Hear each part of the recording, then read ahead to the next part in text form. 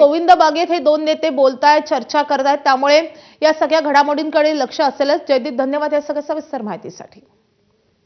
तर विधानसभा नगरपालिकांपाठोपाठ मनपातही भाजप नंबर 1 चा पक्ष ठरलाय, असं केशव उपाध्यायांनी म्हटलंय. इतर सर्व पक्ष आकुंचन पावत असताना भाजप विस्तारतोय. 2017 मध्ये भाजपचे 1137 नगरसेवक होते. 2026 मध्ये 1430 नगरसेवक झालेत. शरद पवारांच्या पक्षाला जेमतेम 25 नगरसेवक आणता आलेत, असाही टोला उपाध्यायांनी लगावलाय. ठाकरेंच्या शिवसेनेला केवळ 4 ठिकाणी 2 आकडी संख्या गाठता आली आहे. काँग्रेसची कमालीची घसरण झाली आहे.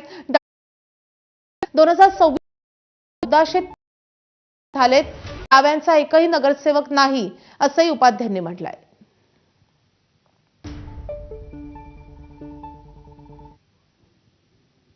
तर ठाकरेंच्या शिवसेनेच्या उपनेत्या सुषमा अंधारेंनी भाजपच्या विजयावर टोलेबाजी केली आहे.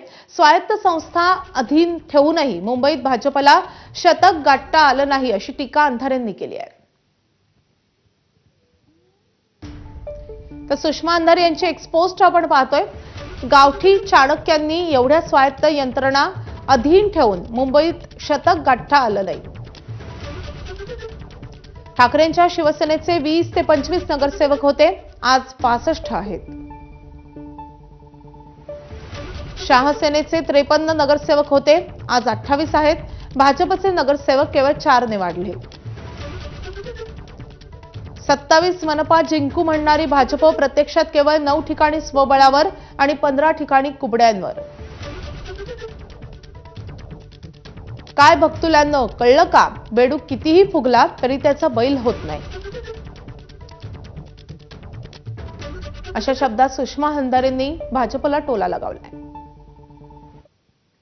तिकडे अकोल्यामधल्या अकोट फैल भागात महापालिका निवडणुकीच्या निकालानंतर